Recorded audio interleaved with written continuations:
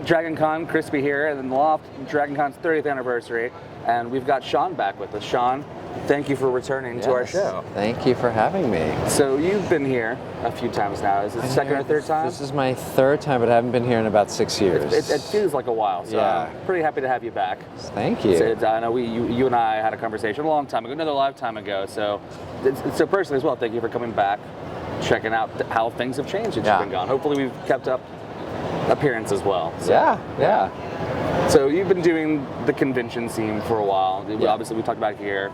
Well, what is it that keeps you coming back to the cons all the time? You know, it's just a lot of fun, and they ask me to, and I feel very humbled and blessed that they keep having me back, which is nice. You know, get to do stuff like this and get to see fellow actors and get to celebrate, you know, work that we all mutually love, and you know, that doesn't suck. Yeah, that's fair. And again, it's just a collection of just fun experiences and positive people then. And I think like for me, I go back to like being a little kid, you know, sort of just seeing the costumes. Like I arrived last night at like midnight and it was mayhem here, you know, and I was trying to get through the crowd, but part of the problem is that I'm not looking where I'm going because I'm looking at, you know, all of the gazillion costumes around me, which I mean, I think cosplay is beautiful. I think it's pretty remarkable. I myself don't think I could do it, you know. Why not? I mean, I guess I could, but I look at some of these costumes and I feel like it reminds me of when I grew up in New York City and the Halloween parade in the West Village that goes down, you know, the avenue.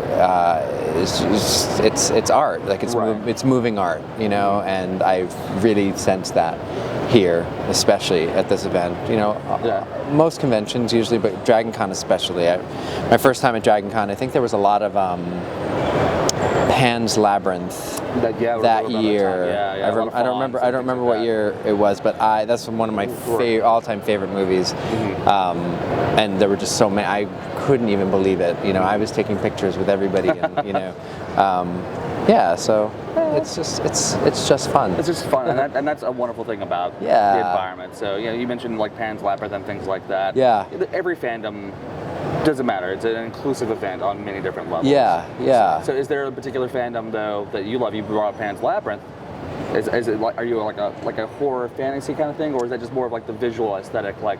Yeah, no, it's the visual. I think I think it taps into like sort of my obsession with Labyrinth and the Never-Ending Story, and like, you know, these larger than life imaginative creatures, and you know, Pan's Labyrinth, I think I mean, for so many reasons, I mean, the performances, the movie, it's stunning. It's one of my instant favorites. For a lot of the same reasons. Yes. So, and then also, like, we're entering the 30th anniversary of Labyrinth this year. There's a big celebration. Yes, that's right. Around. Oh, it's going around in theaters. I saw that. So, I mean, things like that, you know, not only because of puppets, obviously, but like, just the imagination behind and the creativity behind these things. Yes. I mean, that's when people ask me like what it is about sci-fi that you know, Firefly was the first sci-fi show I'd ever done. I didn't really even think it was sci-fi when I was doing it, but I realized what was so lovely about it was this, you know, just you tap into imagination more so than, you know, a procedural or you know, a lawyer show, or like, you know, you get to really just kind of use this right side of your brain that's just forever expanding, and sky's the limit. Or I love it. It's good to, I mean, the creativity. There's so much to love, and for me, like you talked about Firefly and things like that. Obviously, that's a great start.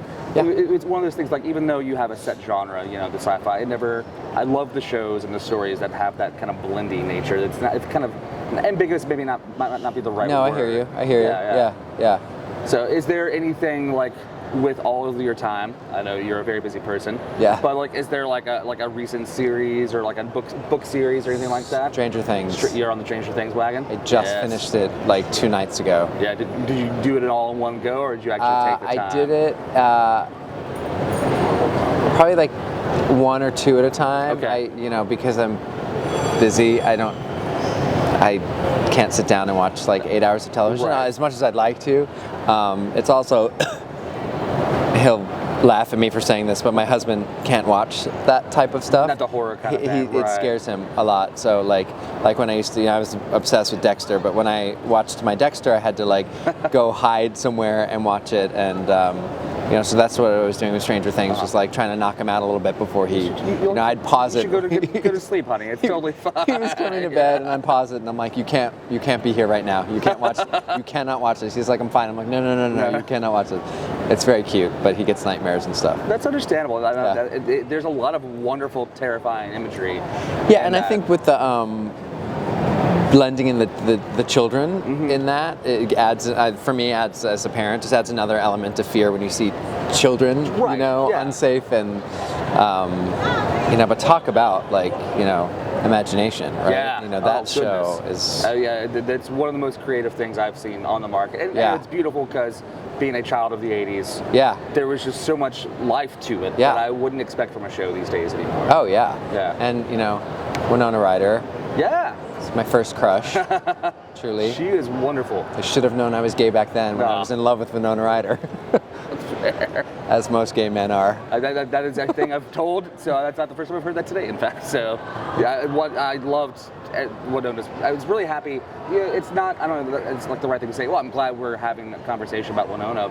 Yeah. But it's just that it was so amazing seeing her in something that was just fascinating for her. It was really lovely. Yeah. So before we get going, Sean, I know we kind of talked about fandoms and things like that. You're going to have a very busy schedule. Yeah. Any particular panels that you want to talk about that you're here? Or? Well, I've got two Firefly panels. I've got one today and one tomorrow, and I think I'll be with Summer and Adam. So I'm really looking forward to those. I haven't seen Summer in a long time. That's gonna be lovely. That's why I'm here. I was in Salt Lake until last night, and they asked me to come here, and because Summer.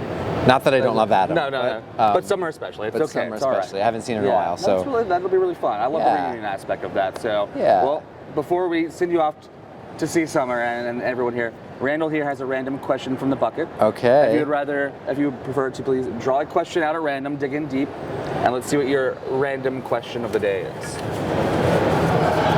Brandon's very happy to be here. Oh, it's a big one.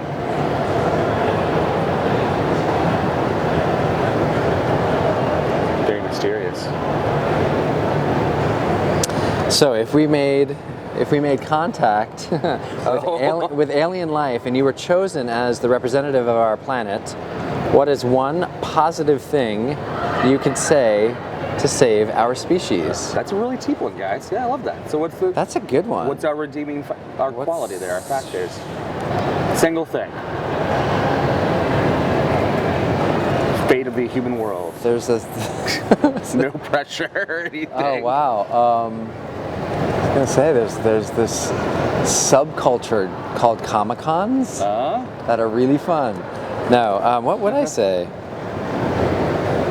Is there like a particular food element, or is there like that one dish? Like, no, really, we might seem a little weird, but have you tried this thing, or is it a quality of humanity? This is a good question. Yeah, I wasn't expecting this for a quick answer there.